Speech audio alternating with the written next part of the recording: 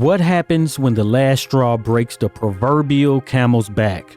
That's exactly what we're about to see in Tyler Perry's latest film, Straw, released to Netflix in June 2025. When a struggling single mother is pushed well beyond her breaking point, she soon finds that the world is not a kind place and nobody seems to care about how thin she's been stretched and that she's barely holding it together. Stick around for this first impressions review. First, we'll do the non-spoiler and then the spoiler review of Tyler Perry's Straw to find out if it's worth your time. I'm Heit. And I'm Cheri. And you've discovered Axiom Amnesia.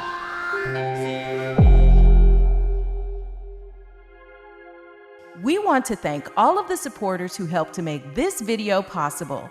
If you want your name to appear alongside these contributors, make a one-time donation of $5 or more via our website at axiom.app, Cash App, or you can head on over to patreon.com/axiomamnesia to enjoy all of the benefits of becoming a monthly subscriber. So like we said, this will be both a non-spoiler and a spoiler review. What we'll do is we're going to do the non-spoiler first. When we get to the point where we're going to start spoiling it, we'll let you know so you guys can hop off the call. But this movie is brand new. And, Tyler Perry has released, 2 or 3 movies already this year? Did 6 AAA come out Yeah, I don't know because, he has maybe that was last year. I don't know. But he has a deal with he has to deal with the deals with BT. He has a deal with Netflix and he has a deal with Prime. So he's just getting money from everybody. Yes. So let's just start out. The cast. The movie stars Taraji P. Henson as Janiyah Wilkinson. And then we have Sherry Shepherd playing Nicole, who is the bank manager in the movie.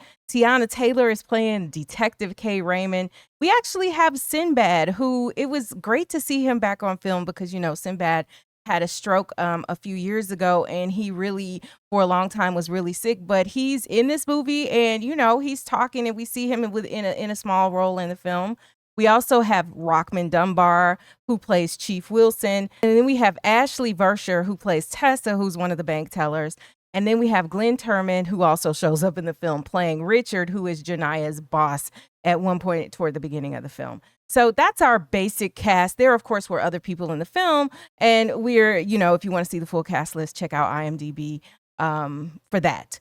So this film involves these themes, right? The theme of what it's like to just struggle through the world. You're doing everything you can, and more and more and more is piling on. And what happens when you get to the end of your own rope, and really highlights kind of the struggle of the working poor. And especially single mothers who are out there. So off top, I would just say this is my favorite Tyler Perry movie because of these are my issues, if you understand what I'm saying. These, the specific ones, right? These are my issues. So, you got some of that whole labor aspect and that you got, poverty and class and those sort of things. Yes. It's all wrapped up in there. And another thing that is highlighted in this film is kind of like the nasty, self-centered me culture that we live in right now. The rugged individualism that's been pushed by the economic system. Yes. So let's just get right to it. Let's get into the ratings of our ratings using our proprietary rating system that Heit created for us. You know what? I always wonder if somebody could figure out what the algorithm is based on when they see us put the stars up. Probably not. That'll be interesting. Somebody could figure it out, though. I don't even know what it is, so because I don't. Yeah. So what category should we start with? It doesn't matter. We're gonna do plot last. Okay, we'll do plot last. All right. So first. And I guess I'll go first. First, I guess we'll do entertainment. And for entertainment, so I think I'm going to give it an 8, actually, for entertainment. And, that might surprise some of you all. But really? As you know, Tyler Perry is hit or miss. Some of y'all love everything he does, but I try to be as objective as possible. Some people hate everything he does. And some people do hate everything he does. Already seen the hate train rolling. For this movie? Really? Yeah. Okay, well, I'm definitely not on the hate train for this film. But I would say that early on in the film, I was kind of like, okay, Tyler. Yeah. But I would say most of the worst elements and offenses that we'll kind of get to a little bit without ruining it. are toward the beginning to me. Yeah, I would give it about an 8 as well, because like you said though, like at the beginning I'm just like, oh my god, Tyler Perry, man, is so typical, you know what I'm saying? But then I got into the story, right? So, but it was a big portion of the film where I'm like, all right, I'm entertained. Well, not entertained, yeah, but I'm into the story and I want to know what happened. And yeah, it kind of lets me forgive some of the things at the beginning. Yes. But I wanted to watch it. So you give it an 8? Yeah. All right. Want us to cover your favorite movie ASAP? A one-time contribution of just $50 or more to Axiom Amnesia gets you a deep dive on demand, a 30-minute discussion on any film you choose. It's easy. Step 1, send $50 via our website, axiom.app, where you can pay via card, Apple Pay, or you can pay directly via Cash App at $Axiom Amnesia. See the links below. Step 2, tell us your movie, email, the name you want to appear on screen, and what kind of deep dive you want. General, a specific character, a particular aspect of the film, etc. Step 3, watch your deep dive on demand with your name listed as executive producer. Lock in your deep dive on demand today and hurry. Spots are limited. This offer is not valid for filmmakers or distributors. Subject to availability and terms apply. Okay, the next category, I guess I will talk about. I want to just talk about acting. The acting, yeah. I want to talk about acting next. And for acting, I feel like I'm going to give this, I'm giving the acting a 7 because I feel like, okay, because there were some people who I think did amazing, and there were some who gave a shaky performance and then a more solid one toward the end. For instance, I'll say, I think Teyana Taylor's performance toward the beginning, I was like, yeah, you're not selling it for me. But then as the film went on, I was like, okay. But then I never know who to blame this part on, the director or the actor themselves. We did get where Taraji P. Henson said that she filmed her parts in 4 days. Okay, so let's just rewind. So, and in between her doing whatever else she was doing. I came to this, I think you had more of a background on this film than I did. I barely even knew this. Well, I barely knew it was coming too. But okay, so you're saying Taraji filmed her parts in 4 days. Yeah. And so we know this is kind of like Taraji was used to it with him, right? Because Acrimony was filmed in what, like I think the whole some movie ridiculous was amount like of time, 7 like days that, 7 or something. days. Yeah.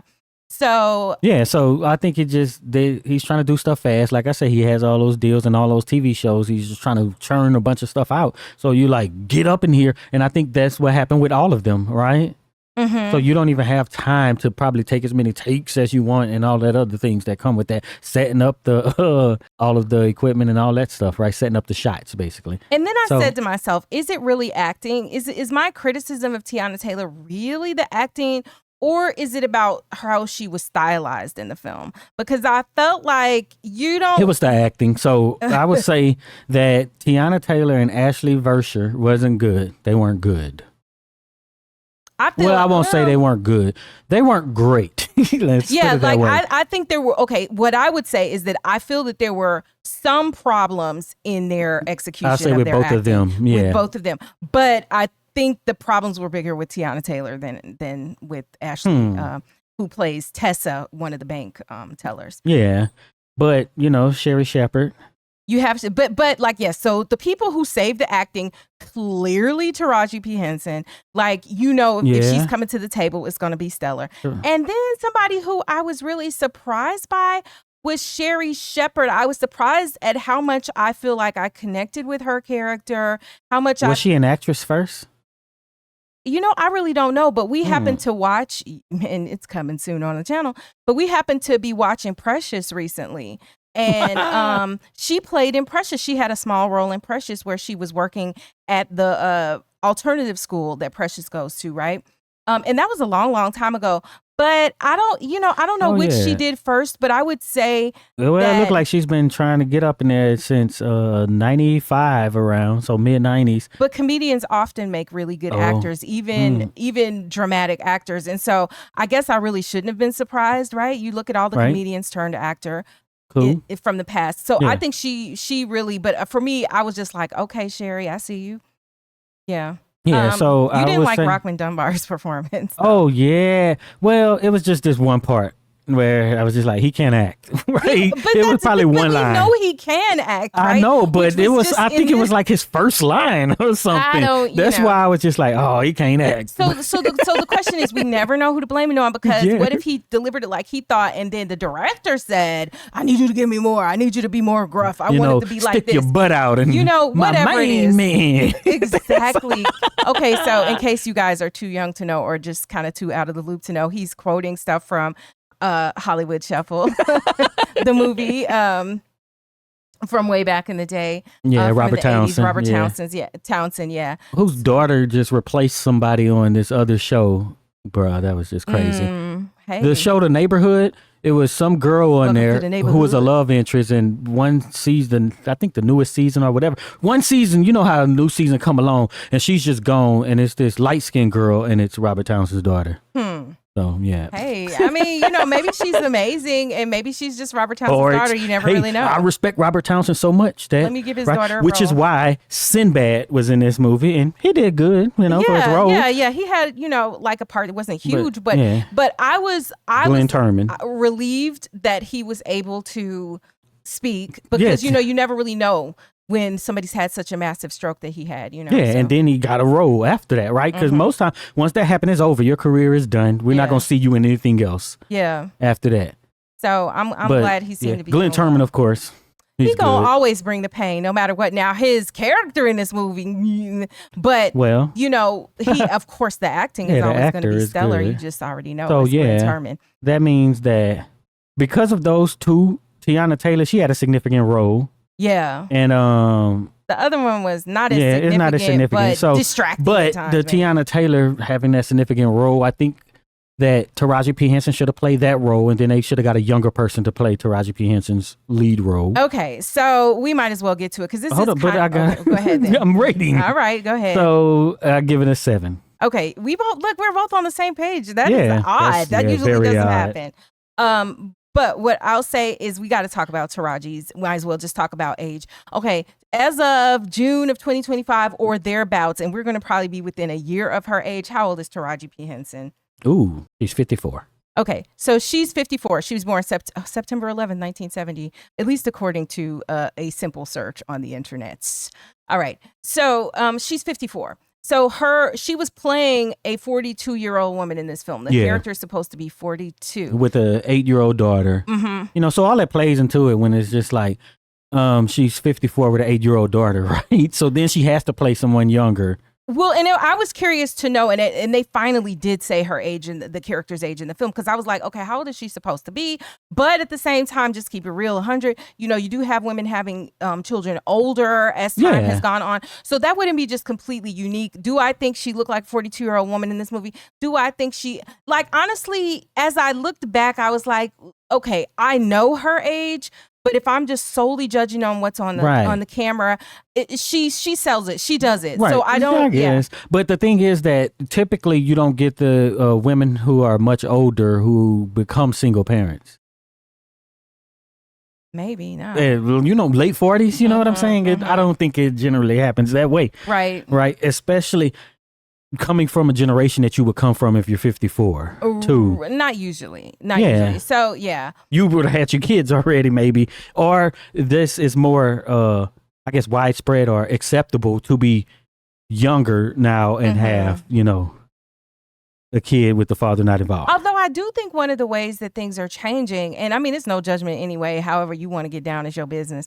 But I would say that I do think that there's maybe less judgment. I do think there are more women who are like, hey, I haven't found a life partner, but it's about that time. And, I want to go ahead and do, I'm aware of some who do, some who have even, had their eggs frozen and come back and get them. But it was a mention IVF of the kid's father, basically. Yeah, in the hint film. at it in the film. So, like so baby daddy it wasn't drama. done that way. Yeah, but she was only 42. So right, she was only 42. So we're going down that path. But the point is that was a question I had out there. And so for you guys watching, like, do you ever? I mean, we love Taraji. Okay, so let's just be clear about that. But do you guys ever look at knowing the age of the actor, kind of like even like a Halle Berry, right? You know how old Halle Berry is in real life, right? She's getting close to 60. And they look their age though too. We may be like Black Don't Crack, but we know what Black 54 looks like. Okay. You know what I'm saying? Yeah. Relatively speaking, right? So yeah. Right. So it's sort of like they're talking about they're going to be a Stranger Things season 5. Mm-hmm. This show was about some kids. They are grown, having kids and getting married now. Yeah, that's hard. That's hard because, when you have kids, that's hard because they're growing up and you see that they move fast in terms of changing. No, I'm talking about where they're going to come out with a season 5 when are they going to play kids, right? When we watch the high school movies, these are 30-year-old, mid-20s-year-old people playing high schoolers and stuff, right? But there's these jokes now that's like, oh, it's going to be 30-year-olds playing, I don't know, they probably were middle school maybe by the time the season ended, maybe. Oh, I see what you're saying on that. And now they're like, we're going to come out with a new season after they're fully grown. Well, yeah, and it's been off the air maybe 5 years. I think that is easier than if you had tried to do it over the last 5 years because, you go away for the summer and now somebody looks totally different and you thought you were going to film a couple of scenes a month or two later and you can't, right? These are the challenges of working with growing children. Yeah. And that was kind of where my mind was going, knowing how many, really young actors they had in that show. But let's just, get our rating together. All right, sound. Let's look at the sound. Yeah, for me, I don't know. It was just whatever. So, I didn't hear it. I noticed the music a little bit, right? Did you? Yeah. Okay. The score is what I'm talking about. Okay. I noticed it because, when you're in the story, that means I was in the story more, right? Mm-hmm. Where it's like, okay, what are these elements? What type of music is he doing? Do I notice that it's just stock music that you're trying to piece together? Mm-hmm. Right. And it's those sort of things. So, I didn't notice it and I heard much of the dialogue, most of a couple times I probably been like, what did they say? Yeah. But I heard most of it. So you could get about an 8 on the sound.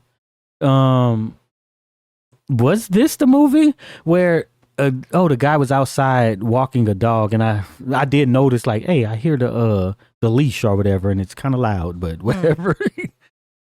Well, okay, for my sound rating, I'm going to go ahead and give it a 9. Dang. And the reason I'm going to give the sound a 9 is because, obviously I didn't see anything wrong with the sound. Tyler Perry is very competent. He knows how to roll. He knows how to get the technical aspects of basic filmmaking done. Oh, yeah. So, we're never going to have to worry about problems. It's not a Tubi movie in that sense when he makes movies. So we're never going to have to worry about problems or a bad sound, right? But I will say I did enjoy some of the songs that were placed early in the film, right? They're Say a Little Prayer by Aretha Franklin. Yeah. We hear a snippet of that and a couple other songs. The Brat was in there? Yeah, and then there was something else I'm thinking earlier. of another movie. No. There was something else earlier in the film. There was some hip hop in there. So I kind of enjoyed that, but I feel like that didn't happen later in the film. It was like you got all kind of like the songs early in the film, and then later you really don't get that. Yeah. Later in the film, which I'm not bemoaning. I'm just saying it was a nice little tidbit to have, those little songs like, okay. So I guess we should talk about cinematography next. I'll go ahead and just give that a quick rating. Cinematography, I'm actually going to give the cinematography a 10. I did like some of those angles that like overhead angles, different angles, shots that they used at different points of action in the film.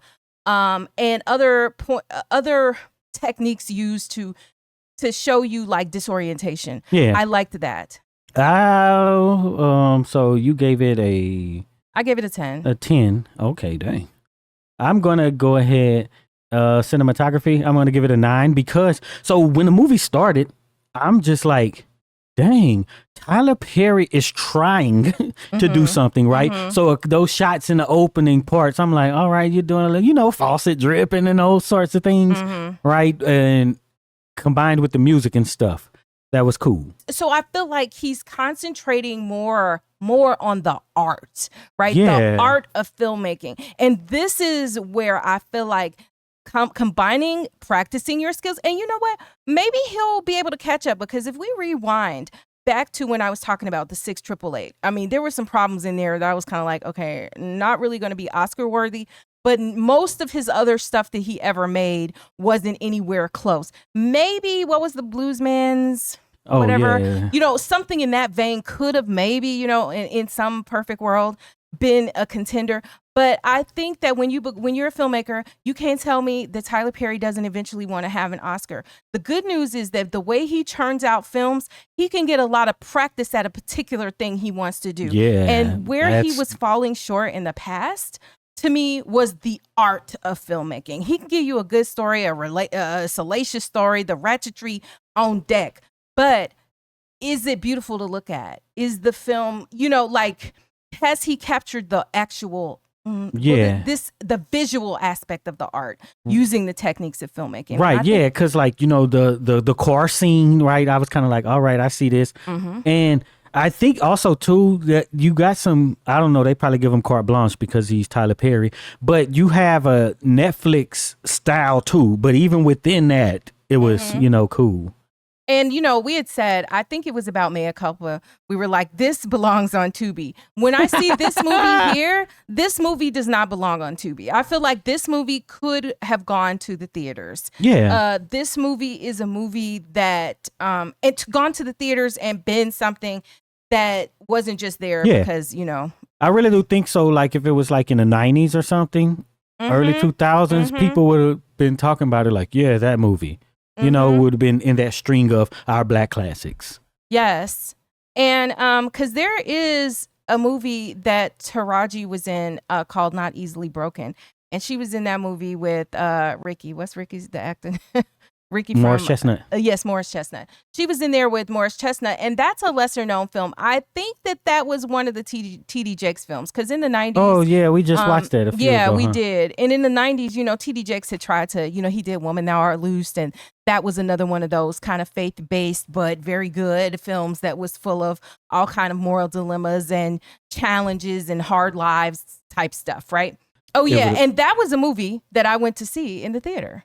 I went to see Not Easily Broken, and even in the 2000s, what was that movie that, that song, I Got the Victory, for, with, y'all, I can't even name nothing today. See, but I know you all will know what I'm talking about. The one that sings Alone in a Room, that's the words, Yolanda Adams? Yolanda Adams. Okay. So we got Yolanda Adams. She sang that song, I Got the Victory, or Victory was the main theme song that used to run in the advertisements for this film that was starring Boris Kodjoe. He was in that film, and it was another one of those faith-based kind of movies. Hold on, let me see. The Gospel? Yes, The Gospel. Yes, it was that movie. So you had all these kind of movies coming out around the same time, very faith-based, but also give you plenty enough of the ratchetry in there that people were going to the theaters to see. But this one, if you haven't seen, it's not quote fate-based, right? Right. It's not one of those. No. But I guess the thing is that these are films that could draw our audience to the theater. Oh yeah.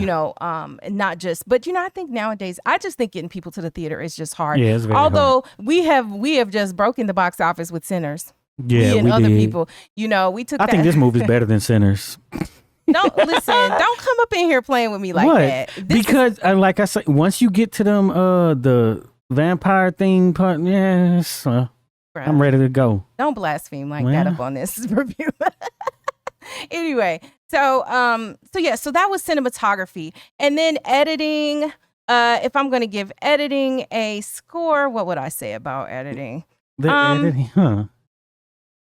Actually, I'm gonna give editing I don't know about a these 9. Categories as much though, but yes, I'm gonna give editing a 9. We might be able to tweak the categories some in the future. Yeah. But I would say my editing score is gonna be a 9 because I feel like the editing was key in setting up some of that disorientation, giving us the movement of the parts that were building suspense and action in there.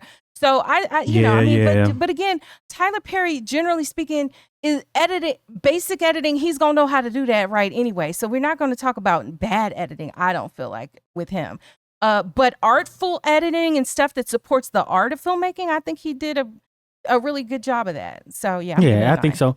Which probably points a little back to sound, right?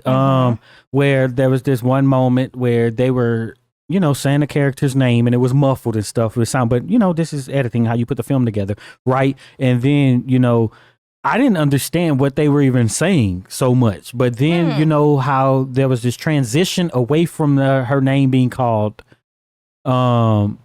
And then it all came clear, but it's all together, how it was put together. I was like, oh, shit, okay. Yeah, and I noted it because I was like, oh, dang. So what we just might as happened well right say there? editing, sound, and cinematography for that one part of the film, which I thought was excellently executed. Yeah, so yeah. That brings us. Oh, go ahead. I didn't even. I'm sorry. I thought you did it. I give it an 8. Okay, an 8. That's not bad. So now, for the plot, which we saved for last. Let me tell you, I'm gonna just go ahead and make it real quick and easy for you on this plot. I'm giving the plot a 10, and I'm giving the plot a 10 because something happened in this film that was rare. Very rare for me, and I've seen a gazillion films, and I've watched a bunch of stuff, and I'll tell you what, if you stick around and you haven't seen it, I'm not going to spoil it for you, but I'll say something happened very rare for me, and I will tell you what we'll talk about it in a couple minutes. In a couple minutes in the spoiler portion, but if you haven't seen it, I'm not going to spoil it for you.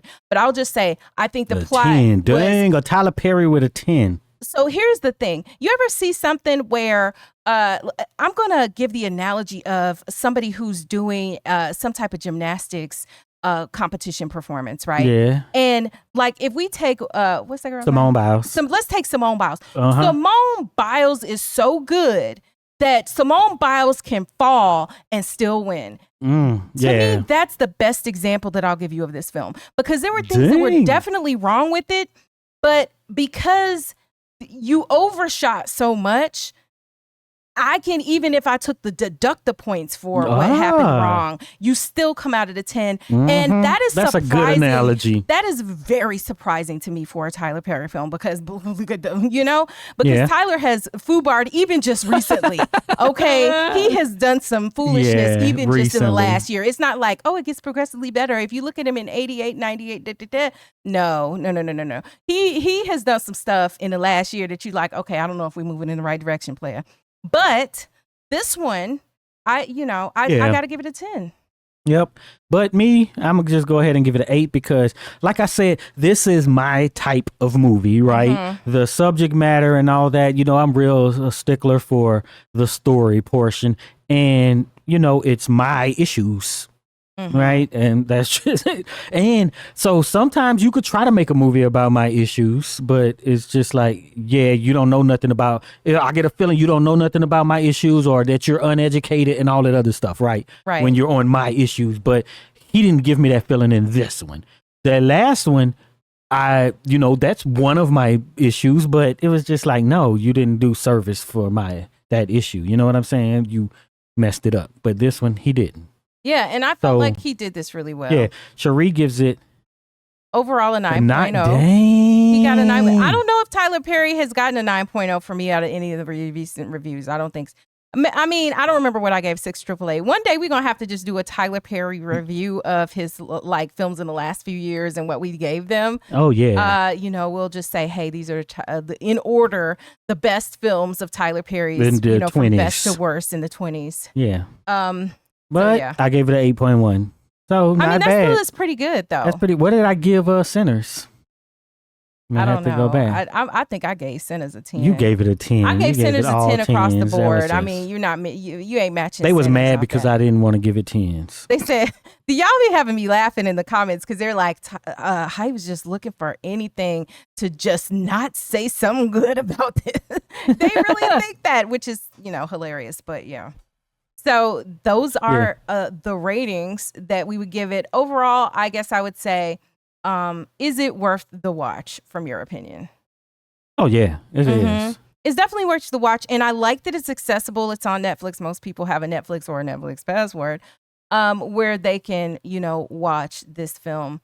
And so with no further ado, we're going to tell those of you who haven't seen it yet to go ahead, take that, go watch the movie, and then come back to us because we are about to start the spoiler Exactly, review. Because I do think that Tyler Perry, he borrowed from a bunch of movies, to come up with this movie. And the films he borrowed from weren't bad films. Right. And we're going to talk about that. And he borrowed from us.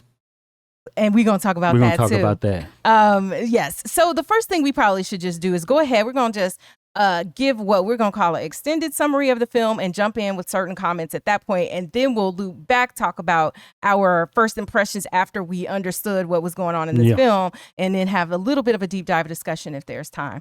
But this is the kind of film where I think that we actually could do an entire another video on talking about specific aspects of the film. So we are introduced to 42-year-old Janiyah, who is played by Taraji P. Henson. And she's got this sick daughter. So at the beginning of the film, we see her kind of going about her day, waking up with her daughter. Yeah, and this is where I was first just like, no, Tyler Perry, right? So it shows her sleep, right, with her child. And then you get her in the hospital holding the baby. And then the alarm goes off and then we see her awake. And I'm like, that's not how you do the dream shot. Yeah. You open with the dream portion and then you just have the alarm. And then we see her. Yes, but we soon find out why this exists in the film. Yeah, well, spoilers, so we know. But I think that they needed to.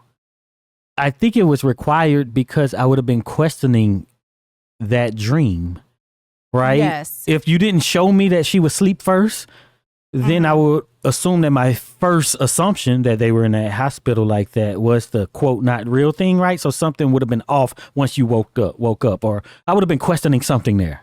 Yes. So when she's waking up and getting dressed and everything, she's like in this terrible apartment, this, junkie or whatever, and it's clearly unkept. And by unkept I mean like the apartment grounds, like it's dilapidated, right? And then music is blaring early in the morning that you can hear through the walls as the little baby is trying to get her baby ready for school and stuff. And so this girl is having this conversation with her mama saying, I need $40 to pay for lunch because they making fun of me because I'm eating the special lunch. And then I was like, Tyler, hit on all these issues that are affecting children and, making people feel bad. But I'm like, about why situations. you don't get free lunch? They don't have that no more or something? I don't know, but maybe they don't in some places. But I'm like, I'm sure they still got free lunch somewhere. You know what I'm saying? Especially if you're struggling to the level that it looks like is already happening at this point in the film. Yes. Yeah. So they get together and then they leave the house. But you could just tell that everything is like an ordeal. Everything. They leave the house. This is where we get to see Sinbad because he's a character who's in a wheelchair. And I think maybe he might be unhoused. But, he's outside and needs some money. And she clearly doesn't have money. She's like, baby, I get paid today, da-da-da-da-da.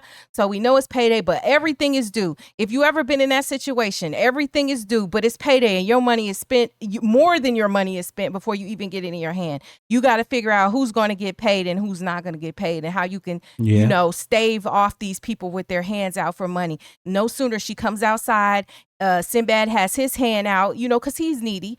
And then you got the landlord. Oh, you could give him money, but you can't give me my money. You owe me. The landlord blah, blah, is blah. terrible. Just terrible. And so she pulls off, takes her child.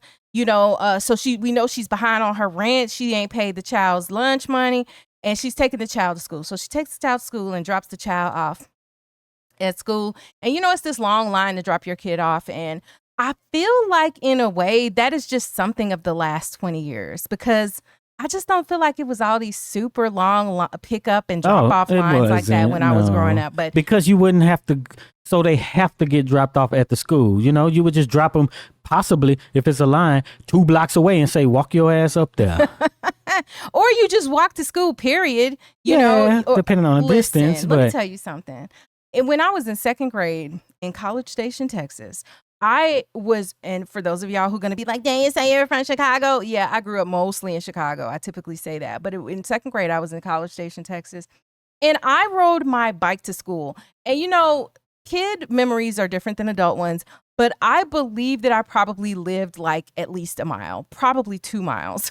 2 miles. And I rode my bike myself in the 2nd grade to school every day and back home. And I was a latchkey kid. I knew that I had to have my bike lock. I had to remember the combination to the lock. I had to remember my key to get back in the house when I got home. I had to remember to lock the door before I left. Like, I just look at these kids today and I'm just like, what are you guys useless doing? You can't even take the meat out the freezer. You know what I'm saying? So what do you mean take the meat out of the freezer? They're getting chicken nuggets from Chick-fil-A. But you know, I'm just teasing. But yeah, she shows up at work, right? Janiyah shows up at work, and it's like the busiest grocery store you ever will see. But it wasn't big. It was like your little your neighborhood grocery store, right? With, I don't know, we could say maybe 5 lanes or something. Supermart. And I was like, what is super about this store? Like, it is not grand or big. It was so busy. It was so loud. You noted it. You was like, man, it's so loud. I was like, why is it so loud? Then and then you were panned, like, why are there so many people in the the store? He panned, and it was so many people, long lines. And he was like, basically, I got 2 registers open and blah, Somebody blah. Called the meanest capitalist boss you gonna meet at a local grocery store. Glenn Turman. Yeah. Who's like, hurry up, hurry up. That's all he says to her on the job. So-and-so called in, hurry up, get up there, hurry up. And so, you know, she's coming in. She already tired by the time she gets to work. And she's coming in doing her day at work and whatever, you know, and she's knowing that her baby needs this $40 for school. She's promised to give her. She's got to get her rent.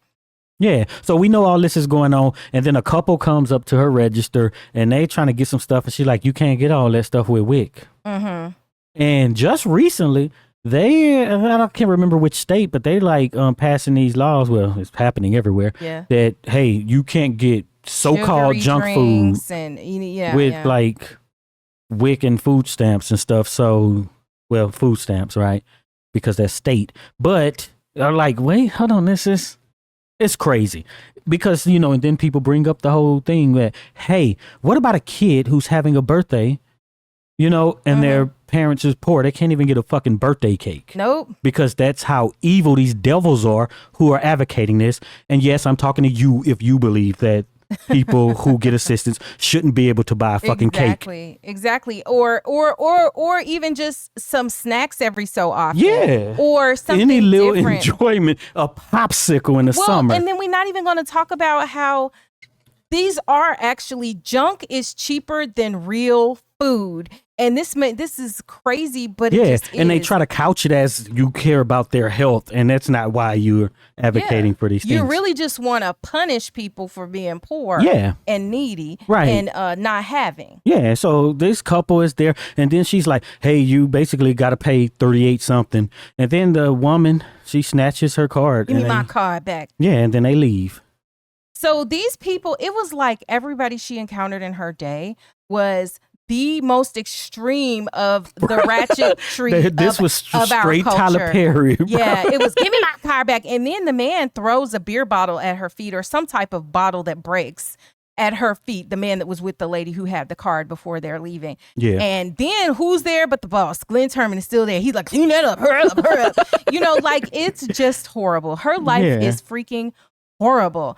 You know, and so she goes to the back. And her friend who works there is like, let me give you this money, you know, because you need this money. And she's like, you need it too. So what happens in a world where everybody is struggling? Yeah. She was struggling, and she gave a little something to Sinbad's character. Her coworker, who's her friend, sees her struggling. She's like, let me give you this because the baby's medicine is expensive. Like, so she, not only does she have, she's dealing with the cost of trying to pay for medication. She says she has 2 jobs she works to try to keep things going. And that's not even nearly enough. So she gets a call from the school, and the school is like, hey, you got to come. We don't exactly know what really is going on. She's like, no, she fell in the tub. I didn't do anything to her. She fell, you know, and and then she tell her boss, you know, basically, yo, I got to go to my kid's school. And he reads her for filth. Yeah. You know? And then she's like, because it's payday, right? Can I get my check? Yeah, can I get my check? And he's just basically like, no. He'd be like, you must be out your mind. Like, Glenn really played that role, because he would just, you must be out your mind. I wanted to smack him in his face just listening to him talk. And so he's like, I'll give you 30 minutes to get up to that school and back and to handle whatever she got to handle to get back there to the store. Right. Because he's short, so he needs her. That's really probably the only reason why. Yeah. He's giving her the 30 minutes. There's a lot of people up in there, and it was too many people in that store. I'm like, what is going on? I'm still thinking about that scene.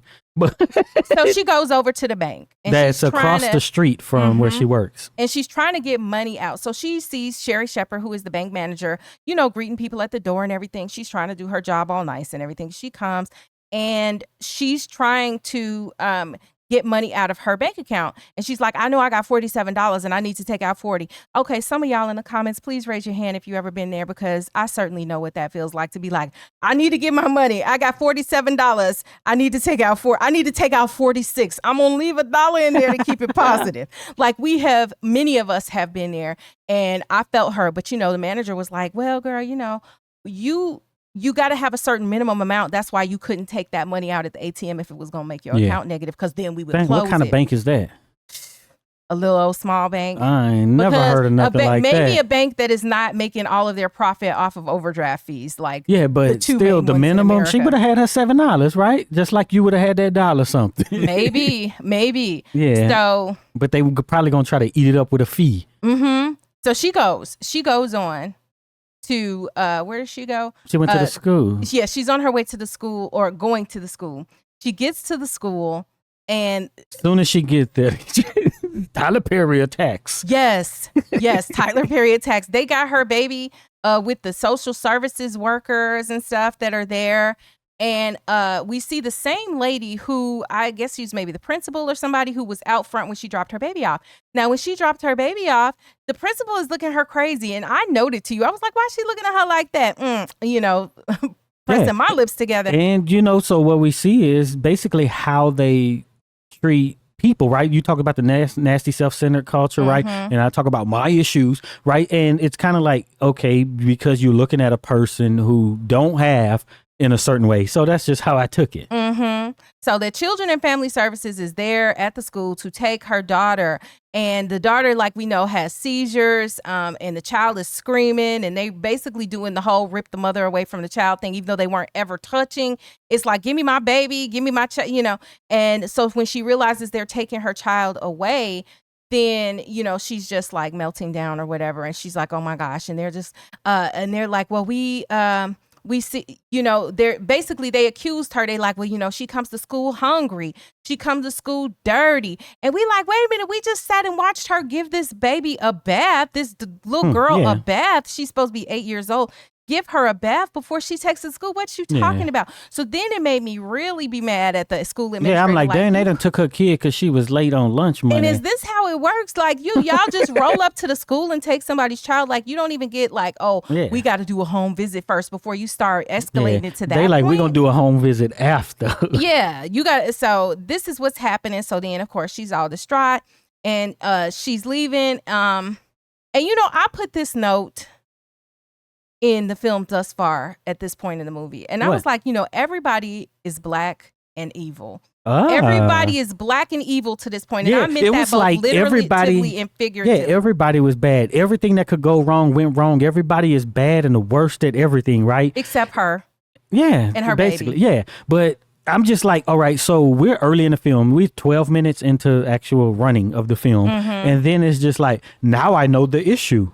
You know what I'm saying? So like, dang, it's early. But no, it's only going to get worse. Yes. Because like that's a setup for a movie right there. And I'm like, dang, you could have drugged this out 30, 45 minutes. And we are ready here to set it off. I need that money. I need that money. TT is like, I need that money. That's basically what she says a number of times in this movie. I need that money for my daughter. I need that money. Yeah. So then she's driving to try to get back to work. And what happens? Bruh, there was a road rage. I seen it and I wrote road rage pit maneuver against her. Yes. So she has this like incident of road rage, and then the guy is mad. So he's driving all on upside next to her, a white guy.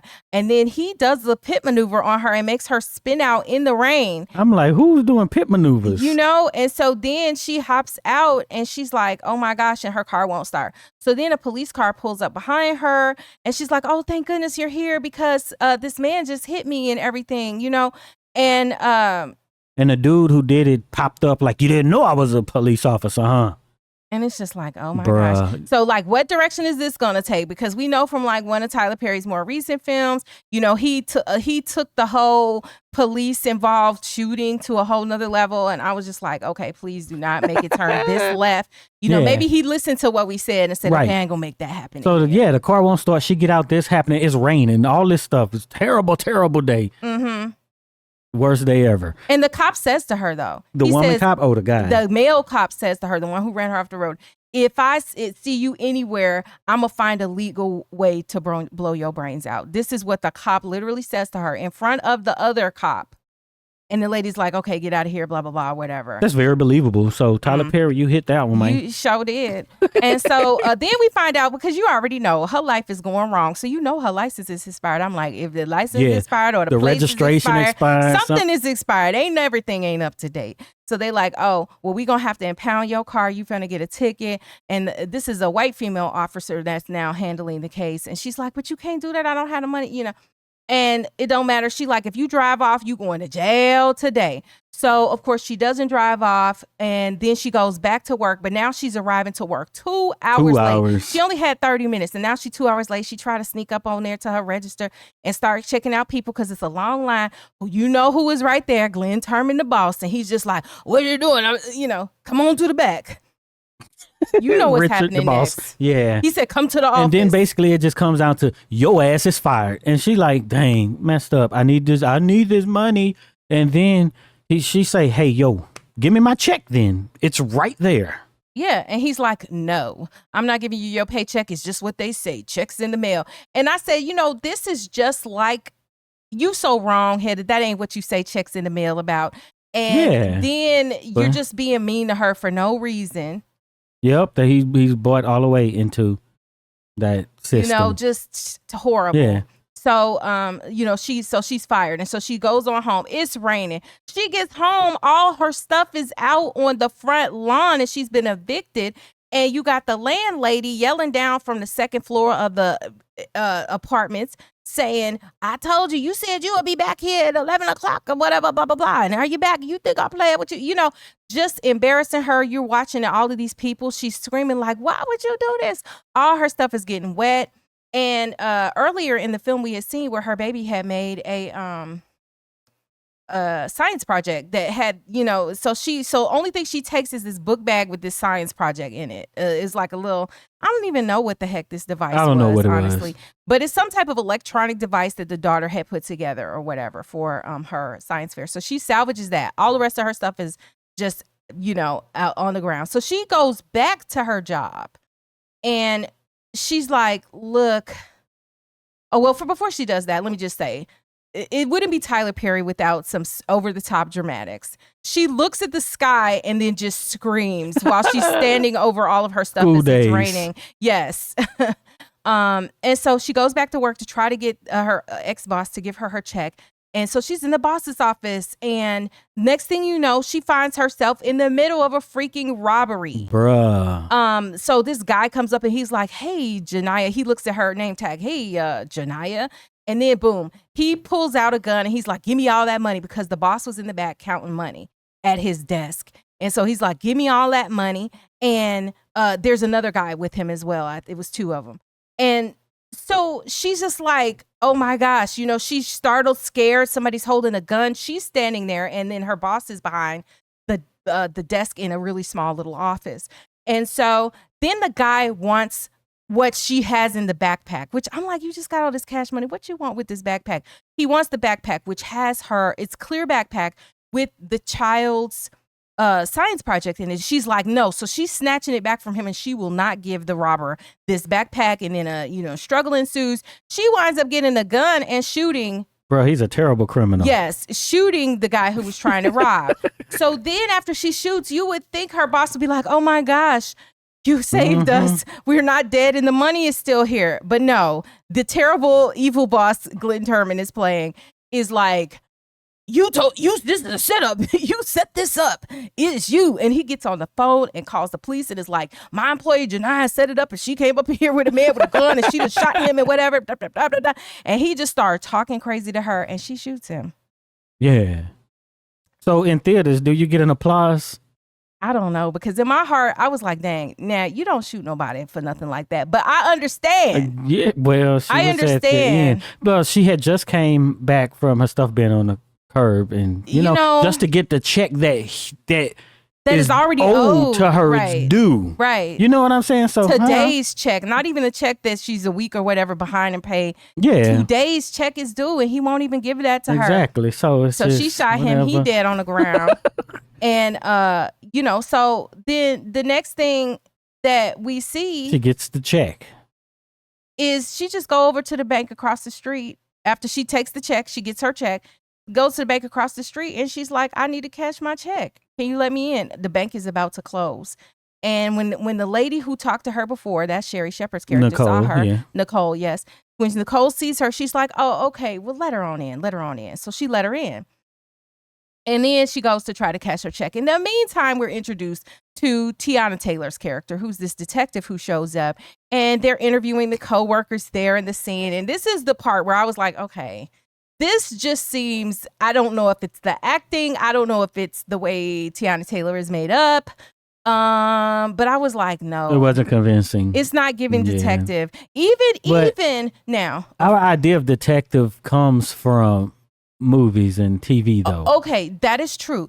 But on First 48, there was a detective who was always what a country folks call gussied up. She was always, with a full face of makeup and a weave and these light color contacts and stuff back in the day. I don't remember. But if y'all watched First 48, and I think she was one of the ones in Memphis, she was always very much trying to be, done up and stuff. But it still wasn't like this was. Tiana Taylor permanently looks like a movie star, like a starlet, like somebody walking the red carpet. And I think it's very difficult to make her look regular. Interestingly enough, all these other people, and it has nothing to do with beauty, because everybody knows she's gorgeous, but like Taraji P. Henson, she could go up or down. You look at these ones who are like actors who are like, yeah, but Oscar you don't think she can go actors. Up or down? Well, then why she look like that in this movie? Well, Tyler Perry, why you let her look like that in the movie? Well, I don't. But it could be indicative of the character, right? Maybe it's a police officer who's a young black woman, who's like, I'm supposed to put this makeup on. I'm open to that. But like for me, it was just hard. I was like, okay, this isn't selling it for me completely. And that in combination to a little bit of what felt like shaky acting toward the beginning. Now, her acting was better toward the end of the movie. Now, I don't know what order they recorded these scenes in. Who knows? Nobody knows. But I would say toward the beginning, it wasn't as good. Yeah. So those two things were making me like, okay. But anyway, so Tiana Taylor and her partner show up. They're trying to get to the bottom of these two murders. Or two dead folks that they see after this robbery, and trying to figure out whether or not Janiyah was involved. And so she gets to the bank, back to Janiyah at this bank, and the teller, who is Tessa, won't cash the check without the ID. She's like, I come in here all the time. You know me. You see me. She's like, yes, but company policy. You don't get your son. So she would not cash the check. So in a moment of desperation, Janiyah pulls the gun out and she's like, cash this check. And that's when the silent alarm gets pulled. Now, she's not trying to rob the bank. Janiyah just wants her check cashed. Yeah. And this reminded you of what movie? Of Breaking, the movie. It's about, Breaking the movie is based on a true story. Not to be confused with Breaking and Breaking 2 Electric Boogaloo from the 80s. Yeah. Not the dancing movie. Yeah, it's based on a true story about Brian Brown Easley, who was, I believe he was a Marine, and he had PTSD and stuff, and he was just trying to, I think he was trying to get his disability check from the VA, basically. And there was something that was going on where maybe they took the money back. I don't remember exactly. I'm going to go watch it again, though, because this movie reminded me of it. And basically that's what happened. And he ended up in a bank in a hostage situation, just trying to get his check. Right. That was owed to him. Mm-hmm. And that's it. And then, all this happened and they killed him in the end. Oh, and it stars John Boyega. So he's very big now. Mm-hmm. So we also see that the manager, Nicole, sees this backpack with this kind of electronic device that is the child's science fair project. And she's like, oh my gosh, she has a bomb too. So they do the silent alarm. Then she's freaking out because she's thinking that she has a bomb and she's trying to rob the store. Mind you, Nicole knows her because this bank is right across the street. Benevolent Bank, ironic name. Is right across the street from her job. So she's been in there. She's been in there with her child. She's been in there. We see Nicole and so then once Tessa realizes that, oh, this is a robbery, because, you know, that's all she can think is that I'm being robbed, which makes perfect sense in a bank, and somebody holds a gun. You think they want all the money, not just their check cash. So Tessa, you know, goes into procedures and starts giving her all the money in the bank. She's just like gathering it up. And she's like, why are you giving me all this money? I just want my check cash. I don't want all this money. In the meantime, you got Nicole trying to get people out the bank. She's the bank manager. She's trying to get people like, listen, you all need to go ahead and leave because the bank is, you know, she don't want to say the bank is being robbed. And they do the black people thing. Yes. And they're like, no, I've been waiting on this line all this time. Be quiet. You know. How would people get behind her in line though? I don't know. Because the doors were locked and then they let her Maybe in. they just let her go straight to the front, or she went into there they would have went line. off. How she get to go in before me? But they was like, no. She's just like, come on, y'all. She's just like trying to be quiet. You know, we are not a quiet people. And so then, yeah, so it was a mess. And so essentially what winds up happening is the call that goes in is, hey, this woman who has committed a double murder somewhere is now robbing the bank. That's basically what happens. It's very weird though with the whole. They called Nicole's phone and she gets a call. She answered and they're like, this is 911. Sure, Tyler. Yeah. You know, but okay, I'm willing to excuse that. This is what I meant when I was like, you know, there are some actual problems, but you overshot it so well. And then they knew her name and everything, and they was like, it's they ain't never Janiyah put two Wilkinson. And two together that fast in life. And even if they hadn't had suspicion, quote 911 wouldn't know it. They wouldn't either. Be telling that to just a random person on the phone who answered the phone at the bank either. You know, so then, of course, in every bank robbery story, there's always got to be a hero. So we have one guy who tries to sneak up on her and take the gun from Janiyah. He fails. And then when the gun goes off and he's running out, so he runs. He leaves the bank, him and the doggone security guard. Basically, the only two able-bodied black guys who were in there, leaving women in the elderly. Thanks, Tyler Perry. You really make us look good, making bro. A point. You making a point. So they'll rather be with a bear than And then I mean, so yes, the cowardice of the two able-bodied black men as they run from the film. So then, of course, the news in Tyler Perry films is always very fast. The news is on the scene and they're like, yes, this has happened. And they're saying her name all on the news and everything. Janiyah is wanted for the murder at the supermarket, blah, blah, blah. And they're watching this in the bank, You know, so then Tiana Taylor is like, maybe I should be the negotiator because I'm a woman and she done killed men. I was like, you know, actually that wasn't a bad idea. But so before that, they were at her apartment. The police, they were investigating, but they couldn't get into the apartment because the landlord, that woman, she was just like, no, you want to pay the rent, blah, blah. And I'm like, so you have an actual suspect who was a 911 call, said she was involved in some stuff. You got two dead bodies and the police don't in the instant have a search warrant to go into that apartment. No. Even though all her stuff is on the street, but you know, you're going to have that search warrant.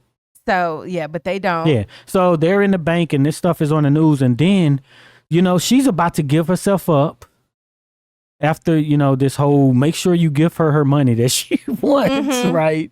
And some reason, they have the cameras on that cop who the did white the cop pit who said he move, was the road kill her. rage stuff, earlier. And then she sees him and then she's just frozen, basically. Just crash on out.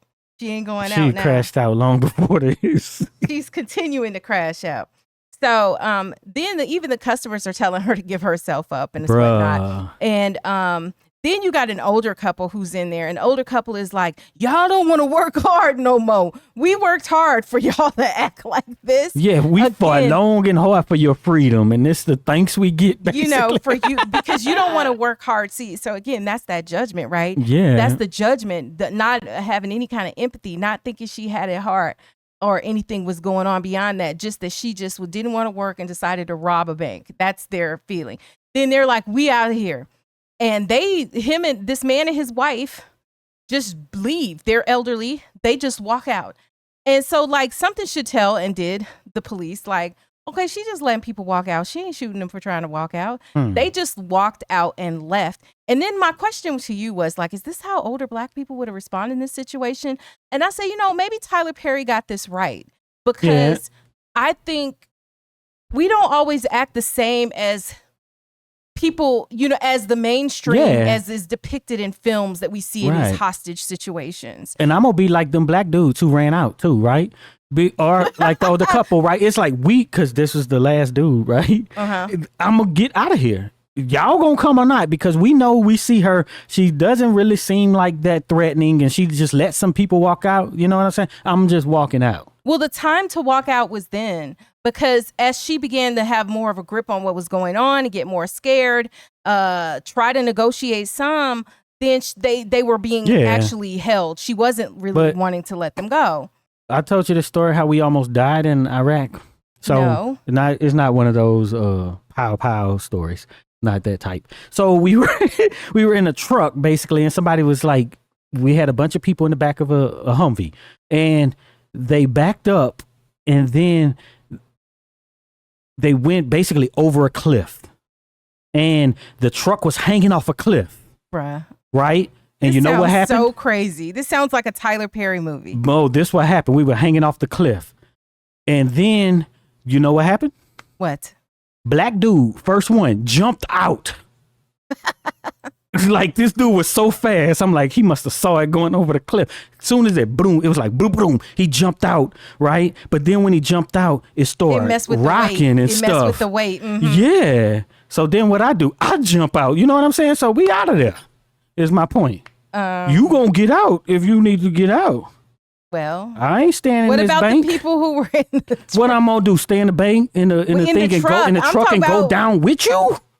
Well, whoever can get saved, you just might be lucky for. That's what I'm saying. Who gonna like hop out? For the old joke? Who gonna tell a story after it's all about what happened? It's gonna be me and this black dude. He was in the army from Memphis. I think he's from Memphis. Me and that he's gonna be over here telling. But everybody got out. It was a girl in a truck, a woman in a truck still. She had hurt her shoulder or something, and she was in there screaming and crying. But we did go in there and get her. Oh but gosh. Yeah. That's horrible. But so you got her out after you saved yourself. Yeah. So that's the hard thing, because it's like people are like, where's chivalry? Why wouldn't you save somebody first? But I do think you got to get yourself on solid ground before you can try to rescue somebody else. And them instincts, right? When that dude jumped out of there, it was just like, dang. I was surprised. That froze me up a little while. Like, dang, he got out fast. I was stunned. Then you said, maybe I should get out. And then you hopped out. Did you hop out and like roll? No, was it like momentum, or you just hopped on out? No, I hopped out. So the back port where we were sitting in was the part that was hanging off. So you had to jump off kind of towards the front, and he was the closest to the front too. Oh, so he had an easier way to get out. Easy way to get out. Yeah. So yes, so this is what's going on in this situation. And so then one of the tellers decides to prop up a phone and go live basically on social media, because this is what we do. We finna go live. Okay. So she went live. And in the meantime, Janiyah is getting chairs for some of the older people to sit, all of them to sit. She like, I know what it's like to stand on your feet all day, so she gets some chairs for them to sit down and stuff. And then the police at the same time are debating whether or not she's got a bomb or not. Is it a real bomb? Is it just a pretend bomb? And but Tiana Taylor's character, the detective, is on her side. She's like, I believe she's, the evidence we have here says that she's not the typical person to be doing all of this stuff. And she doesn't want to call in the FBI because she's saying it won't give her a chance. Basically, the FBI gonna come in and they're gonna handle it, and she's gonna be dead fooling around. So she was trying to preserve life. And like we mentioned earlier, Rockman Dunbar is the chief of police who comes in. The news has picked up the stream. People everywhere, you on a bus, you on a train, plane, automobile, everybody around the city is watching a live stream of this robbery. Yep. And she Taraji P. Henson, she gives a monologue. She does. She gives like the best 4 or 5 minutes in Tyler Perry history to me. Because... yeah. What's she talking about? She's talking about everything that's going on in her life, and basically the standpoint of a broke single mother. Everything that's going on and that led to this point. The medicine is expensive. Life is hard. Highlighting just the struggle. Yeah. And nobody cares at all about any of this. And we saw this from every person, which helps me to excuse it. Because one of my things is like, oh man, this is kind of dystopian, right? Of dystopian future, but it's just like we all know these people, like the boss, like the landlord, and people who aren't even in those positions, they support those things. Mm-hmm.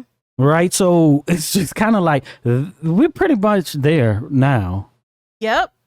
You hear people, if it's not serving me, I get rid of it. Everybody only is about themselves. Like, where are the people who are left who think that you should treat people decently just because they're human beings, whether they serve you or your purpose or not? Right. You know? Now, I just hope Tyler Perry gives some writing jobs to some broke person who trying to write. Yeah. You know what I'm saying? Gotta work on that. But there was a good few minutes in the movie. It really was. You know, and then the other thing that she had said in one of her rants about that the white cop who had threatened her, you know, why aren't the police actually, she didn't say this, but in my mind, I was like, why aren't the police trying to find out who this person is? Because like we wouldn't even be having to go through this if they just found out who this person is, because the main reason she didn't want to give herself up is because this person threatened her life. And so she's like, don't let him be out there. Why can y'all find who he is and just get rid of his behind? Why? She saw him on TV. You know, but the cops are basically ignoring the accusations until way too late, even after she told them multiple times. And then you got Tess, who kind of we see is like she's the bank teller. She feels like it's crazy to be nice to Janiyah, and whereas you have there's an older woman who's still in there, Miss Isabella. She's being nice to her and sympathetic and empathetic to her situation. And so is Nicole, you know? So I think this is maybe one of those class workers issues that those three women didn't leave because they work for the bank. Mm-hmm. You know what I'm saying? Is we're going down with the ship sort of thing, or I have a responsibility to remain in here, even though there's harm in here. That may have played into them staying in there, which is terrible. Right. You know what I'm saying? Right. So there were two tellers. You have Tessa and you have the other teller. So Tessa is the one who's more vocal and whatever, but the other one is the one who set up the stream. But the other one is the one who also was like, you know, we can't leave Miss Isabella, this older lady who's like 80 or whatever, you know, in here because she can't run. That's the other thing. They quickly determined that out of these women left that this older lady can't run and they're not going to leave her. So there still is at least a sense of community, even though Tessa is kind of like, look, what that got to do with me? Tessa would have run. The main thing was whether or not the door was unlocked. Yeah. You know, so she didn't want to try to, you know, get to the door and not make it. I don't know what the rules are in the bank, though, about if they can have basically only key lock on the inside. Yeah, I don't know. Or if you have to allow for a way. But I think I've been in a place where it had to be a key, had to be unlocked to leave. So it probably just depends where you are. So then it's clear by both the monologue that Janiyah gives and everything that this movie is highlighting Black women and just the burden and the struggle of Black women, period. Like many of Tyler Perry's other films, but like if in case you forgot, single mother, Black women. And you know, there's even this one point where they're like, well, you know, how after she's explaining her story, like how you get over all of that, and she and Taraji's character Janiyah says, Black women always have something to get over. Yeah, there's just that was a little too much for me. It was over the top. It was over the top. It really was in that moment. But you know, Tyler Perry is not like the art of subtlety is but lost. He get a little, you know, you get forgiven for that. But Tiana Taylor's character was basically like empathizing and about to cry and everything while this monologue was going on. Yeah, so she really did have a bond with this character who you may have sympathized or empathized with. Then the FBI pulls up. It doesn't matter. They pull into their, you know, Black SUVs, and they're just like, we're taking over, get out of the way, you know, and we're doing what we do. But at the same time, a crowd has shown up because all these people on the stream have now seen the situation, heard her monologue, and people are outside saying, free Janiyah, you know, and then the ladies are kind of talking amongst themselves inside. And, you know, they have moments where Sherry Shepherd's character is bonding with Janiyah, and finally, this is where she was talking about when she got the account there. Yeah, when she got the account there, like there's a bit of dialogue that goes on between these women who are there. Yeah, so she was talking about basically that Nicole used to see Janiyah all across the street at a check cashing place, right? You know those check cashing places, they're charging you a lot and all this. And Nicole say, come on over to the bank, basically. Get you an account. Stop letting the people take your money. Yeah. You know, so he was hitting on some issues in a specific vein in this movie. And then, you know, ultimately what winds up happening is that Janiyah asks the bank manager, after they've bonded and had these conversations, would she please take her daughter while she's locked up? Because bruh, now you're doing too much. They made it clear, because after this, she's seen that Nicole has a nice house and a husband and 2 kids, and they fancying in the suburbs. And, you know, the biggest other burden that she has right now is what's going to happen to her baby. You know, is she going to be in foster care? What's going to happen to her? So she's like, oh, if I could get this woman to take my child, then I could just go serve my time. And then when I get out, my daughter will be waiting, because this is what Nicole has told her, that her daughter will be waiting for her after she does her time. So, and she tells her, yes, I will talk to my husband, and yes, we will take your child. And at this point, I was just like, okay, you know, the way Sherry Shepherd is acting in these moments, I think it's harder to be understated a lot. You know, I'm not gonna say it doesn't take a lot of effort to cry and, you know, crash out on film, but like, I think it's much harder to be understated and convey that emotion just with the eyes. And I mean, Sherry Shepherd did like A1. She was amazing in this film to me. And so she says she'll take the daughter and everything. And then we have Miss Isabella, who's like, oh, I don't feel good, you know, and she's an older woman. She's diabetic, and she's like, she's sick. She's been in there 12 hours. She ain't ate no food. So she need to go to get out and eat. And, you know, she had about enough to. So they just let her go. They walk her to the door or whatever. And then, so now it's just the 2 tellers, Nicole, the bank manager, and Janiyah that's inside. Is this where the bank manager was trying to go back inside? Yeah. So the bank manager, when she comes out with the older lady, Miss Isabella, she goes outside, then Tiana Taylor's character is there and is trying to snatch her to come back outside. Like, you can't go back in. And she's like, I'm going back in. And Tiana goes to snatch her. Ooh, she looked at her with that black woman eyes. And Tiana hopped back and let her go on inside. And I thought that was, Sherry Shepherd, A1, amazing. So then we, you know, get over to the point where Tiana Taylor finally gets to the bottom of who this white cop is that Janiyah wants to leave. She finds the cop, first talks to the female cop, and then figures out, okay, it's the male cop. The female cop tries to lie to cover for the other cop who had made these threats. And then she finally says, yeah, it was this guy or whatever. She just walks over, Tiana Taylor does, her character, the detective, and punches him in front of everybody, the cameras, all this stuff, right? In front of the news. And everybody starts cheering, you know. And she's like, you know, I got proof. I got proof of what he did to her and stuff like that. So then Brockman Dunbar's character comes over. He's a chief, and he's like, you know, get over there. Da da da. So then the guy is out of the way. And at this point, when this is happening, you know, it has been 12 hours, and the FBI is insisting on going in. So then, you know, there's been multiple times she's been carrying this clear backpack, right? Yeah. With what they thought was a bomb in there, which was basically her child's little project. And you know, it starts lighting up a couple times in the movie, and they get all scared and tense. So it happened one time, right? And then Janiyah pulls it out, and then she's just basically like, yeah, you know, because they're like, oh, why you got this bomb and stuff? And they all scared. And she's just like, yeah, this is nothing. And she explains what it is. It's just a child's science project. And of course, when this happens, you know, well, earlier in the film, when they be like, when you get the call, and it's like, she got a gun and a bomb, right? I think of Ahmed Mohammed.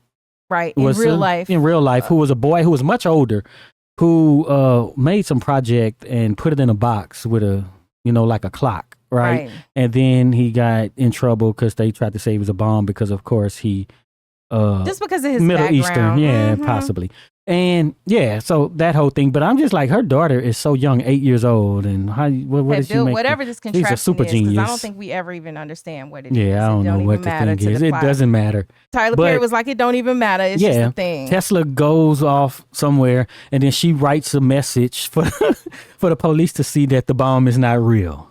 Right. Which at the same time is what Janiyah wants for Nicole to call the police and say, hey, the bomb is not real. But Nicole got some sense, and Nicole said, you know what, I don't think we should do that, because maybe that's the only thing keeping them from busting up in here, and basically the implied thing is busting up in here and killing you, and none of them want to see her lose her life. So but by this point, because Tessa is so I'm gonna do what I want to do, and just she's giving it away. So the FBI is insisting they're going to come in. So Tiana Taylor comes up to the door, and she says, here's the phone to prove that the white officer is not on the scene any further, and that the officer they sent away is the correct officer. And it confirms that, yes, that was him. Yeah. So she goes inside, shows it, Janiyah confirms it, and so Janiyah is willing to leave.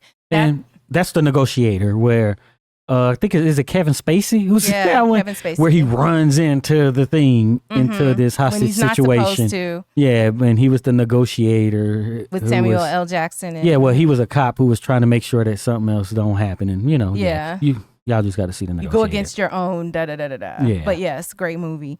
And so so that's what happens, and then at that point is when then she's ready to leave, and they're getting ready to leave, and right before, her phone is ringing. Yeah. And it says FBI Mom. Turned on her phone. Yes. And it says Mom. She answers the phone. It's her mother like, why are you up here robbing this bank? Mind you, earlier in the story, she said that she didn't want any help from her mother or her sister because they were crazy. This is what she had told people in the film. And so the mother and the sister are crazy. So I'm waiting on a mama to start showing some crazy antics. But it was a very black moment, because she's like, nah, mama, I was just trying to, right? Tell them that's what I was doing. I wasn't doing. She was getting in trouble with her mama. She's like, no, mama. And then her mother says, she's dead. Yeah. And she died last night. What? And then I was like, wait, this the same day? What you mean she died last night? That don't even make sense, because we just saw her in the morning. Yeah. So Tyler Perry, like, wait, what? What are you talking about? And then we see all of the scenes we seen earlier in the film with her daughter are just her talking to the wind. Now we'll get back to what this really reminds you of, but if you have listened to, watched around our video about if you've been around the fan theory about Menace to Society and whether O-Dog was real, you get an idea. Or any other movie that talked about that, like Lila and Eve and other movies. And then there's a movie that kind of seemed like they seen our fan theory and they made the movie called Young, Wild, Free. Yeah. It's like I'm like, okay, y'all like that idea, huh? I know, but it seems like with Tyler Perry, what happened was he was watching us, and he made a movie for us, right? Because you're bringing in all those elements. We didn't really talk about the great reveal, but the whole dreamt it all trope, right? From like. Juice, and that's kind of overused. Theory for Juice, but that one is kind of all a dream. But we didn't get to that in the explanation yet. But so basically, what happens is we find out the daughter isn't real. We'll talk about the daughter in more detail in a second. Then, as soon as we find that out, she comes to a little bit after the mother has told her this thing, and then she's like, "Okay, I'm ready to leave." And then that's when, boom, the FBI busts in, and then they just put a whole bunch of holes in her chest, and she gone. And then you got Nicole screaming and getting dragged out by the FBI, and that's just it. And then, but we get a reprieve from that because he did it and took it away, almost like what we see in Baby Boy, where John Singleton gives us, because he even talks about it, right? How he's like, we have been leading up to Jody and Jody getting killed, so I got to give you that. So he gave Jody being gunned down, but then he took it back, right? That's really what. Yeah, and that's kind of what happened with Brian Brown Easley, the Marine, right? He actually did get killed, right? Mm-hmm. And with the whole Slim Queen and Slim angle is that, you know, they had people cheering for them and everything, right? Because they seemed like some type of heroes for what they quote had done. Right. You know, so this was kind of along those lines where that happens and the movie ends and it's just like, they died, bro. Mm-hmm. You know? So it's just kind of like a second chance. Right. Right. So we get the second chance. She's like, and then she's not, dead or anything. She just kind of comes to, and is like, all right. And when she comes to and she's looking out, she's like, okay, I'm ready to walk out. And then we see her with Nicole and they walk out. But rest assured that the FBI was ready to come in. And if it hadn't happened like that, so they walk out through the door. Tiana Taylor is there outside giving them instructions on what to do. Nicole doesn't leave her side. And, Janiyah really appreciates that because she's like, nobody ever stood by me before. And she walks with her, literally. She turns around. They're like, turn around and walk backwards towards us and that, And Nicole does all of these same things with her. And then, of course, she is taken into custody and Tiana Taylor is putting her in the car. Her character is. And she's like, nice to meet you. Because she's been talking to her, right? And she, that's it. And then that's the end of the movie. So I think a lot of people will hate that whole she was already dead thing. Mm-hmm. You know what I'm saying? But that's what we do here. So it's kind of like when you do this and I'm not expecting it, it's kind of good. And so this was the thing for me. This was the thing. I am one of these people who is going to figure it out. And I did not see that coming. I did not see the whole fake thing. Now, a lot of people, and I'm sure some of you in comments will say, I knew that it really didn't happen. And I'm going to tell you why you knew it. Well, maybe part of why you could have known. And it's that when we make up a fan theory, we come up with that theory, and then that is the theory. It stands on its own, and then we leave it. That is not the framework through which we try to understand any other film. And one of the things that would happen is every other film after that, we'd ask somebody what's going on. Here it is. You're trying to say, well, maybe they really didn't exist. Every movie isn't that they didn't exist, right? So just the same way as we made that fan theory up, right, let it go. That's not going to be the first thing to come to my mind because I'm still, looking for clues. But when he did a really good job of the clue. The reason that teacher was looking crazy is because she came to drop somebody off at school. She didn't drop her daughter off and she just drove through the line. And a lot of the reasons that the things don't add up, right, is like, okay, so how come? That's why I'm like, he must have been watching us, right, with the with the juice thing. This stuff don't make sense. Why would you just show up and they trying to take your daughter, right? You could cover up all possible plot holes, right? Yeah. Or it could play into what's actually happening. Why would they just take her daughter that day? You know what I'm saying? And say she's not clean and all of these things that when her daughter is involved doesn't make sense, right? Mm-hmm. And then the whole she just broke because basically that's what Tiana Taylor's character was saying the whole time. She just snapped, right? Why a lot of things don't make sense that she's doing and saying and stuff that's happening when she's there. Right. Right. So it explains that, which would be like, okay, you cleaned it up with this thing, how we explained what happened in Juice.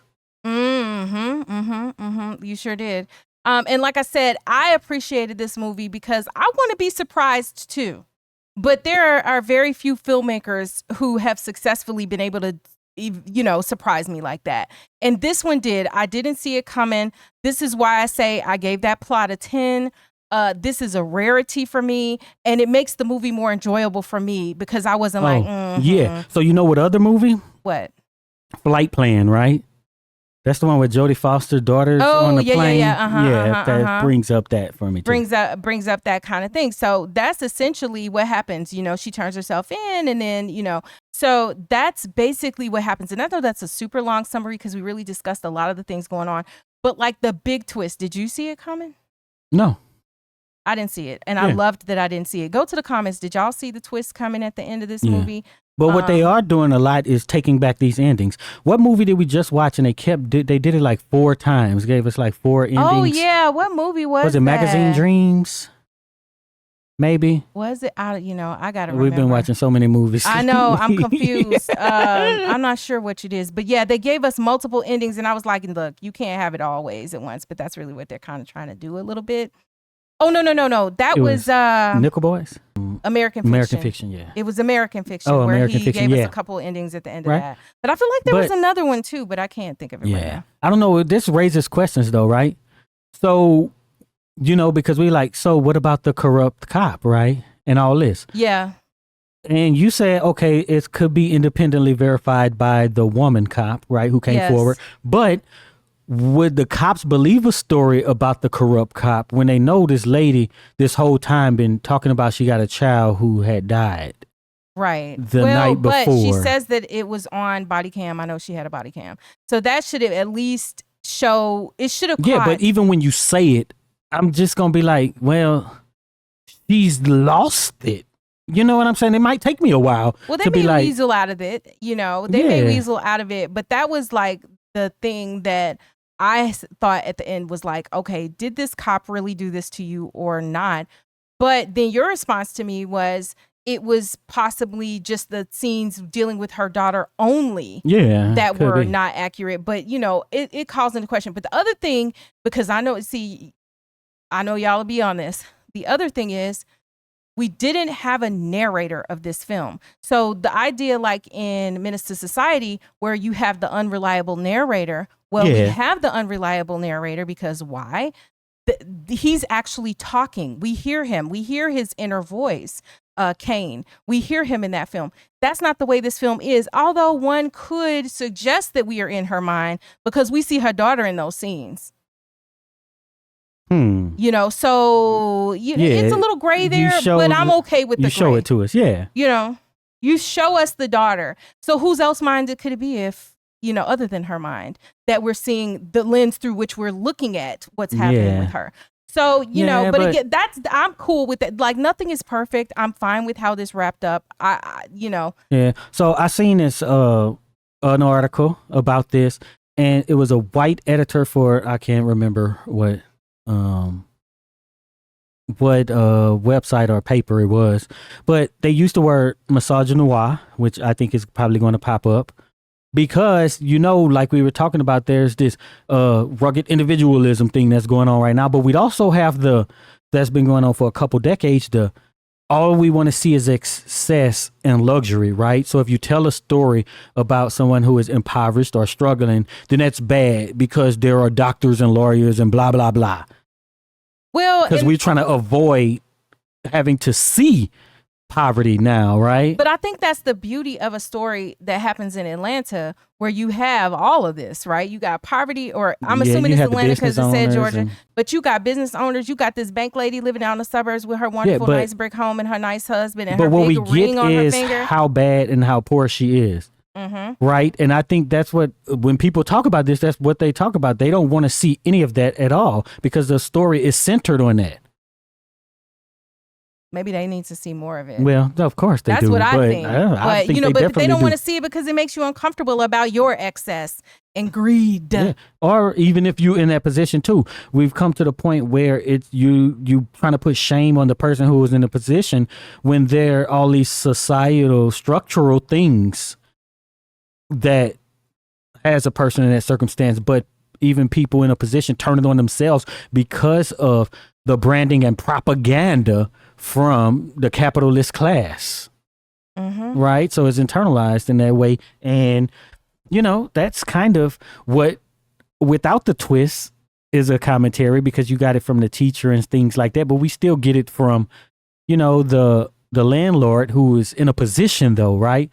Which is a class thing. And then you got it from the grocery store owner, which is in that class position. You know what I'm saying? Yeah. But you also had it somewhat from the bank teller who was in that position, who turned out to be one of the good ones. Well, who was kind of the petty bourgeoisie, right, in that sense. Which one? Where you mean the manager? The bank manager, yeah, where you just working for the folks, right? But yeah, so those are some of the off top, the on the surface class things that just stand out. And what about for me. The commentary too of the fact that it was the bank manager who was the nice one? But was the bank manager the nice one because she was truly the kindest? Or was she the nicest? She had more because time. you not only you have more time, like you're more comfortable. You're in a good mood when you're comfortable. You can be nicer when you're comfortable, right? You can be benevolent when you're more comfortable. Well, she had more money. But the teller. Yeah, but I'm talking about when you're in. I guess you. Where is the comfort when somebody busts in like that? And have a gun and a bomb, supposedly. I mean, even before that. Okay. So the temperament and the tolerance level, right? The people who are in line are like, look, I ain't got time for this. I ain't got the money, because everybody is on edge. I've been on my feet all day, but see, and now I'm ready to get off, saying, right? And then you are going to rob. So you have the manager and then you have the tellers, right? Like you were saying. Yes. So I've been on my feet all day and you going to rob this place. See, the manager ain't on her feet all day. She on her feet when she feel like it, and she can go sit down when she want to. Me, I'm the teller. I'm on my feet all day. This is why you got Tessa also, being maybe less tolerant. The closer you get to the lower rungs on the working tier, the more difficult it is, the more stressed out people are. And I'm not going to say that people are meaner, because I don't think that's the case, but I think it's justifiable why they're less comfortable and they're more annoyed, because it's just, you live in a harder existence, even within the bank's hierarchy, right? You the bank branch manager, you getting paid a lot more than the tellers. Yeah, but she was less empathetic too, right? Which points to the class and that propaganda, right? Where you're basically a low-level enforcer of that system too. Yeah, and you got your butt on your back the most. Yes, I agree.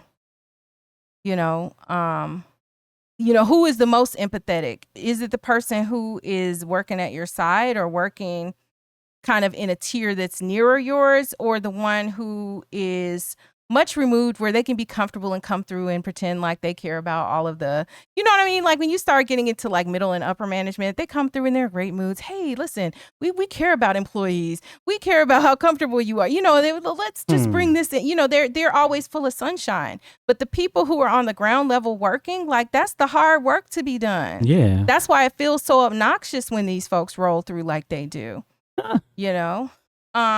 And even because we did give I guess he's the store manager or the owner, one or the other, at the place where Janiyah worked, Glenn Turman's character. We gave him a hard time because he was just horrible and nasty. But he might not have been on a higher level either, right? You know what I'm saying? You're the manager or the supervisor. I just took him as the owner. Maybe the owner. But even if you're the owner, you still catching hell because this ain't Walmart. This ain't Target.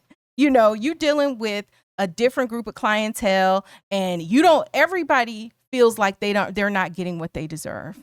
No matter even what level you're on. And that's kind of what the older lady, Miss Isabella, was saying. She was like, as bad as you think you have it, Janiyah, there are people who have it worse. And she points out how she came up in a time where, you using outhouses and where there was no air conditioning and the idea. And, they talked about even the luxury of air conditioning. Exactly. Class. We talk about this stuff all the time on our channels, if y'all are listening. So there's a lot more to be explored. If I was going to talk about some things, I would like to kind of go back into the idea of what actually was real. Can we parse apart what was real? Did her employer treat her like this, or was this her mind telling her this? What really happened? And then the second watch, you get to see the people's reactions when they're talking about her daughter, right? Because you got Nicole, who she says, "Oh yeah, they told me earlier, right, that her child had died, right?" So when she asked her to keep her child, she knows she's dead. Yeah, and then there was this hesitation and stuff, and I'll talk to my. But even the other times where she was mentioning it, like when she was on live and everything on the live stream. So yeah, it's some stuff that could really be explored. Yeah, I mean, but I think Tyler Perry did an excellent job here, and this is one of my favorite Tyler Perry films. What would be your favorite? Is it? I mean, we still on Why Did I Get Married, the first one. Like, I don't know. I have an attachment to that film. So I had said it was Daddy's Little Girls, right? Or something. But I think this one is better than that one. So I have to. Well, this one, because you like the labor aspects of things. That's just your that's your deal. Yeah. Y'all don't know what Axiom Amnesia was going to be called before it was called Axiom Amnesia. So I had one. It was like class warfare, and and another one's that was it. Class warfare. Some other class stuff. It's probably out there somewhere in internet land still. And if you don't know what axiom amnesia means, look at our channel welcome video, and we explain it in that video on our channel. I think it was called class warfare. All right. The site that it was on, and then there was an announcement. It is now called. But yeah. So yeah, I mean, I'm not talking 3-4 years. We talking 15. Dang, probably over 15 more years than ago. 15 years ago. Yeah. Mm-hmm. So we appreciate you joining us so much, and we want to hear what you guys think about this film when you watch it. We're getting this out here pretty early, so give us some grace, because I know y'all, we got the police who gonna let us know you said that it's pronounced this. Okay, but what you think about what we said, because that's important too, right? Yeah, the substance. We appreciate y'all so much, more than you know. If you made it this far, type $40 in the comments so we'll know you're one of the real ones who stick around to the end. And be sure to check out this video that's on the screen right now, and also go to axiom.app, where you'll be able to find all of our recent videos in one place across all of our channels, with links back to YouTube so you can watch them here.